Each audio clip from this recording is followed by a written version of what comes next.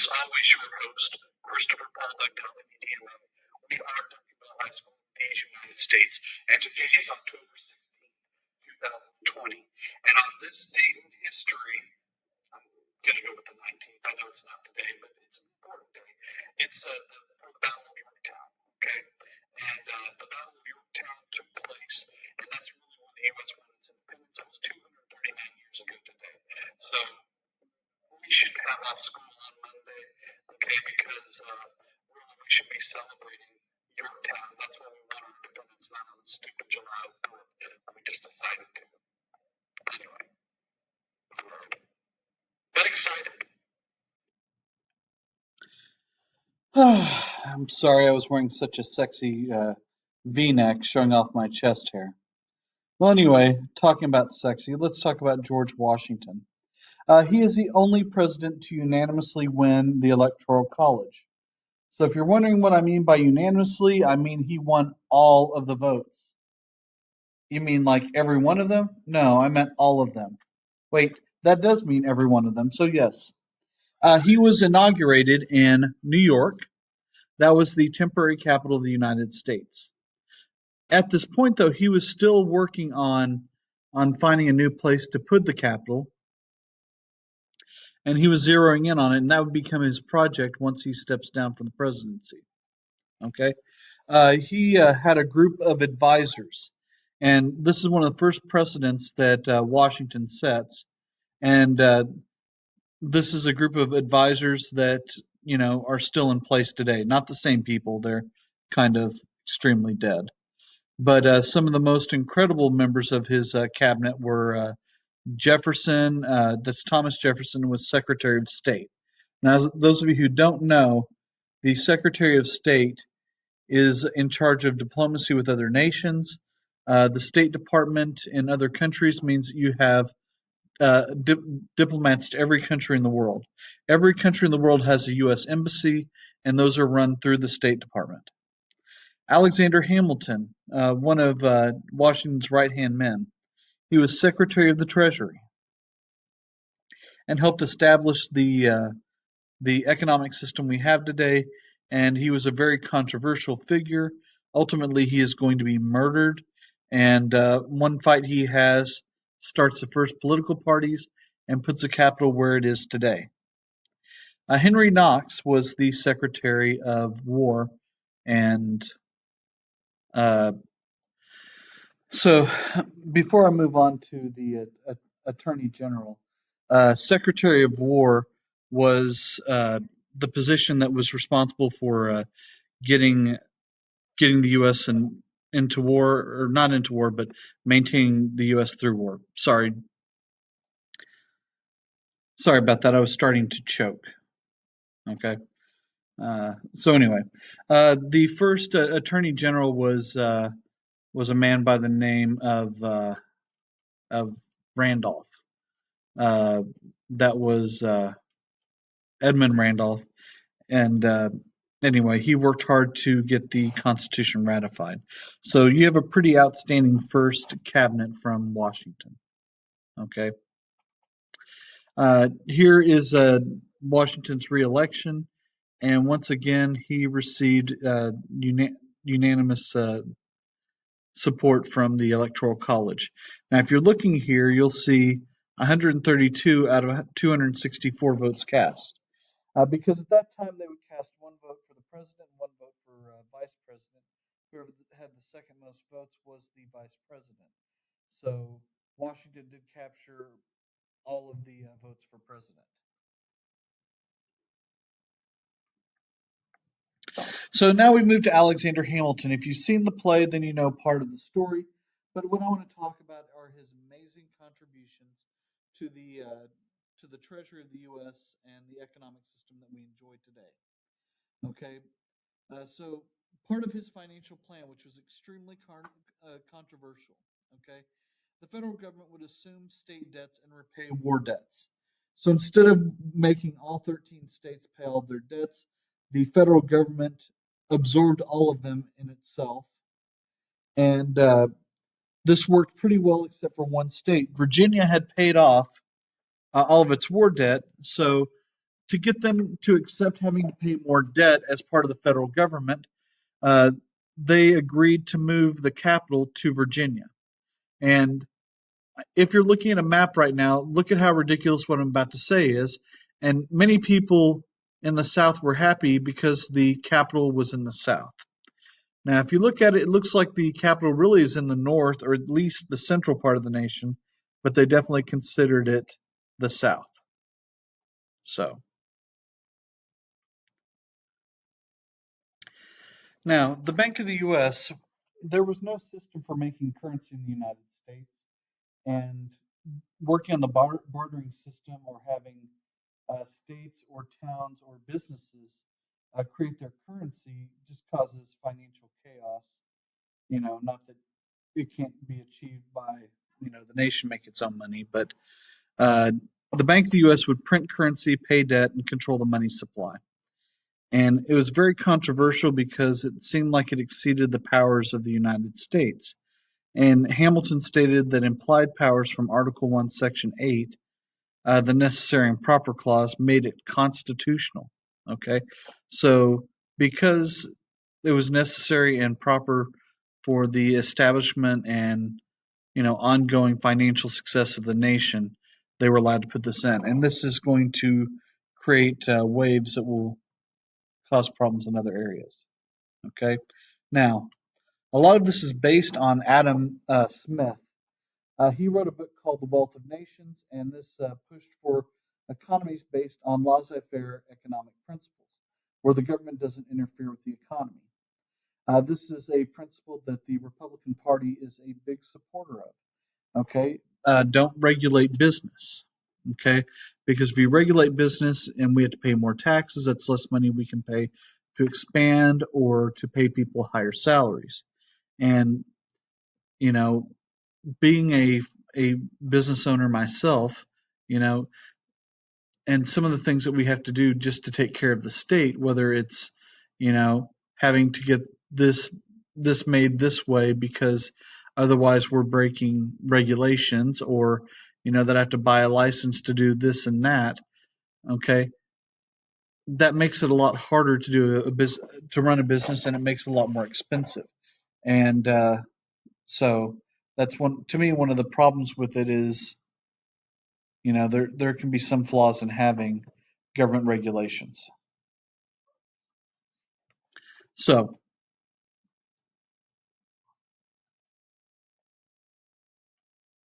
okay, now political parties. These all started in the United States because of divisions on Hamilton's financial plan. So you have two major groups that come out of this. The first one are the Federalists. This is led by Hamilton. He wants a strong national government, really controlled by the wealthy, uh, and he wants to have a commercial trading empire. Okay, with the same type of industries that they had in Great Britain, that would make us self-sufficient. Okay, so that's a type of an industrial, wealthy trading nation is what the Federalists wanted. On the other hand, the Democratic Republicans, also known as Jeffersonian Republicans, they're led by Madison and Jefferson. They believed in states' rights. So instead of letting the federal government decide things, they wanted things decided on a much more local level so it could be more responsive to the people. Okay. And a bunch of independent farmers. If you have a bunch of independent farmers, then they don't get involved in politics, and you can run the nation a little bit more freely at that point. Okay. One of the problems with a lot of these states' rights states was the fact that these were the ones that were calling for slavery, okay, and the protection of slavery. Okay, there's a lot more that goes to states' rights, so I'm sorry to cheapen it down to that, but that was one of the major issues in states. More recently, it had to do with gay marriage, which states would allow it and which states wouldn't. But uh, there's a lot of things that have been decided. That and the abortion issue has also been something that's fought between the federal government and the states. So,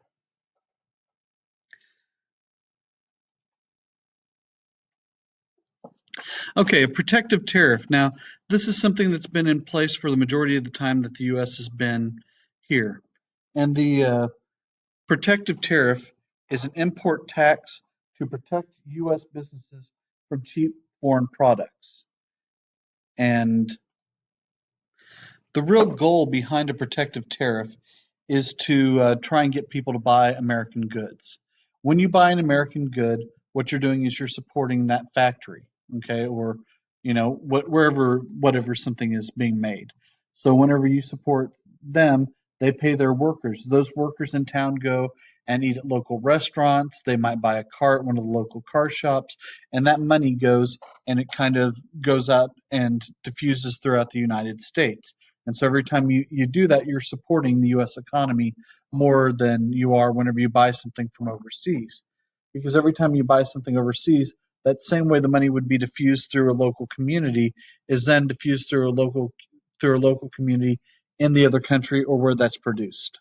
Okay, so that's the idea of the protective tariff, is to keep U.S. businesses in business, not necessarily to help you pay the lowest price.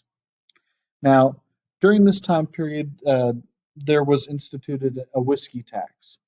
And while many people drank whiskey, whiskey at this point was used more as a currency because it was easily measured and it was easily traded. And so people used it for a lot more than just drinking. They used it really as a way of paying for things. Okay, and this was almost like an income tax, and no one was ready to pay an income tax at this time. When the Whiskey Rebellion began, George Washington personally led an army of 10,000 men to go and put down the rebellion. This is a larger army than he had at any point during the American Revolution. And the rebellion was stopped. And people were crying things like no taxation without representation. So Washington said, "You elected these officials. This came from the United States, and you're going to have to pay it." Now, the French Revolution. In 1793, the French people, inspired by the American Revolution, decided to overthrow their king. So they captured Louis the 18th and his wife Marie Antoinette, and they beheaded him. The United States did not send any help, and the church was attacked.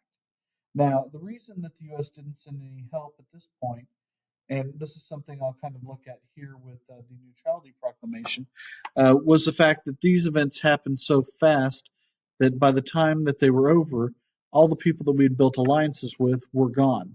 So we weren't really helping France, we were helping the people that killed our allies. So that's part of the reason we didn't help. So uh, the Neutrality Proclamation of 1793 uh, said the U.S. decided they weren't going to honor the Treaty of Alliance anymore since it was made with the French king and now the mob was in charge. And shortly after this, there's a war between Britain and France because Britain does not like the precedent that has been set by people that are unhappy with their king beheading their leader. Okay? Because if you can do that in France, then why couldn't you do that in Great Britain? Okay? And the US didn't have a problem with the war between Britain and France because now they could trade as a neutral group instead of someone that was beholden to Britain or France that were always at war with each other. Now, Little Turtles War. So the Miami Indians. Now, if you're wondering where the Miami Indians are, that's correct. They are in Ohio. Okay. By the way, eventually they'll move to Florida. So those of you who thought Florida, that's wrong. There is a Miami, Ohio, and then there's a Miami, Florida, because the Miami Indians were forced to move to Florida. So Little Turtle bought British firearms from Canada and started to attack the U.S., and they gave the U.S. its worst defeat to Native American forces, where 600 people were killed. Okay, so the United States, in response to this, will go to Anthony Wayne, who was at Yorktown with Washington, and Anthony Wayne will go and basically just destroy the Miami. Okay, and as a result of this, the Miami Indians signed the Treaty of Greenville, and in that they gave up most of the states of Indiana and Ohio, but retained hunting rights. Now they all had to move down to what is now Florida, but they could still hunt even though they weren't allowed really to go to Indiana and Ohio.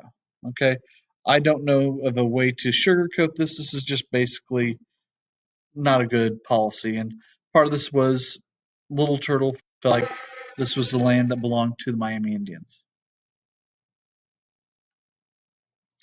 So Jay's Treaty. Okay, so Jay's Treaty, the British attacked U.S. ships because the Americans were not paying their debts as they promised. Okay, so the British are attacking U.S. ships. They're attacking U.S. forts in the Ohio River Valley, and even building some forts in the Ohio River Valley. And this could initiate a war. So John Jay, who is the Chief Justice of the Supreme Court, goes to Britain to negotiate a new treaty. Okay, so when he gets to Britain, he he negotiates with them and he gets the British to stop attacking U.S. ships as long as we pay our debts back to them and gets us most favored trade status. Now, all most favored trade statuses is a title. It means absolutely nothing. So this will cause divisions within the United States, and the people that are opponents of this, the Democratic Republicans, this will do more to strengthen the differences between them and the Federalists. The Federalists will support this because trade is the lifeline of the Republican Party and, of the Federalist Party. And, well, that's talked myself into a corner. At this time, uh, the U.S. also sent diplomats over to Spain, and there were some discussions and problems with where the border between, or well, where the border was between the U.S. and Spanish America. So the U.S. goes to negotiate. They get the boundary at the Mississippi River, and the Spanish agree to let the U.S. use the Mississippi River. So the most important part of Pinckney's treaty was the U.S. had the right to trade and use the Mississippi River.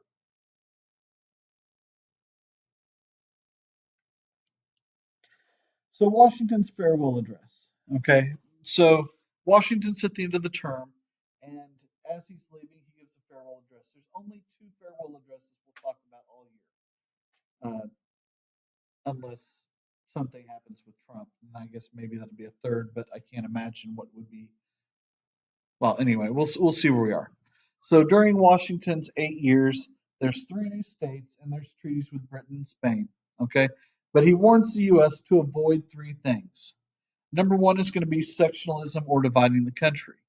He already saw some divisions between the North and the South, and he thought that if we weren't careful, that we could end up in a civil war. Okay, number two is political parties because they were divisive. All they would do would be, lead to the country being split in either a civil war or really just a civil war. Uh, and to stay out of foreign affairs, getting involved in other countries' affairs cannot really help you as a nation. And, I think we've proven that he was right on all three of those. So Washington steps down, a very important moment. Instead of him staying in there for life and maybe trying to establish some type of monarchy, even though he couldn't because he couldn't have children, uh, he steps down and hands over power gracefully to someone else. So in the election, uh, you have John Adams running against Thomas Jefferson. Okay, they had major issues with with Jay's Treaty and the Whiskey Rebellion. One of the things I didn't mention about the Whiskey Rebellion was the largest distiller of whiskey in the United States in 1796 and 95 was George Washington. So, in a way, people saw this as a way of him trying to cement his position, which is not really the case. But you know, I don't mind if you want to talk about how horrible a person Washington was. Stealing teeth from his slaves for himself. He didn't have wooden teeth. Any of the teeth that he'd lost were replaced with slaves' teeth. And I know you'd probably like more of an explanation of how they did that, but I have no clue other than the fact that if you were missing a tooth, they would in many cases, take teeth from the slaves so that you would have a full set of teeth. I don't know. I don't get it, and I don't know why you would do that to someone, and I don't know how you would hold this in place in your mouth. But I give you one of our founding fathers. Okay. Uh, so anyway, Adams was elected, and Jefferson was elected vice president. He had the second most votes. They fixed the way the elections are done in the 12th Amendment in 1804.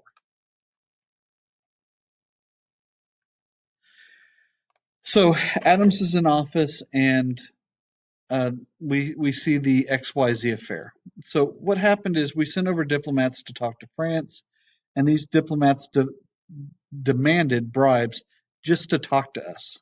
Okay, so basically, you give us bribes to negotiate. Okay, and Adams sent over John Marshall, who will later become one of the great, or one of the greatest, or one of the great chief justices of the Supreme Court. Uh, they sent him over to negotiate a treaty with France, and well, anyway, so they demand bribes. He's offended, although that was kind of normal back then that you would pay bribes to be able to do that.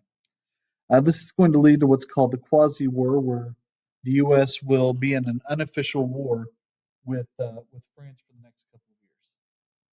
Okay, and once Napoleon takes over France, the U.S. sends over diplomats, and they negotiate the Franco-American Accord of 1800, where Napoleon and the United States decides to end the Treaty of Alliance between the two countries.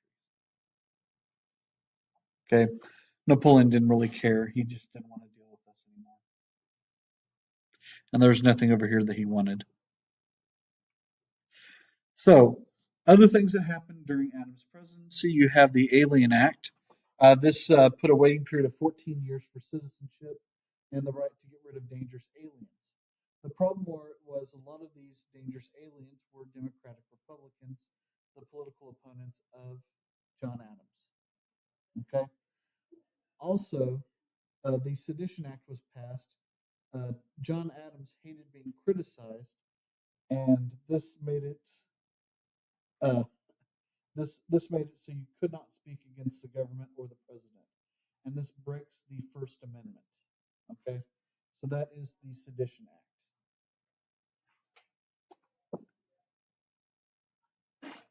Act. By the way, that goes against freedom of speech and the First Amendment. So, less than 10 years after they put the First Amendment in place, they actually tried to legislate and remove that. Okay, during this time, Jefferson didn't like the way that things were going, and neither did Madison, so they started to push this policy where they would be able to cancel or nullify laws. Okay, and Adams really has a really rough presidency. He's trying to avoid a war with both Britain and France. And Jefferson, who had close ties to France and probably could have negotiated all that away, did not want to do that as a political rival, even though he was the vice president of the United States. So, in the election of 1800, Adams is running for re-election against Jefferson. Jefferson has more electoral votes and has a tie with Aaron Burr. So there's a major problem with who's going to be the next president, Aaron Burr or Thomas Jefferson. Ultimately, the House gives Jefferson a choice. If you accept Hamilton's financial plan, then you'll become the next president of the United States, which seems on the surface to be an easy decision to make.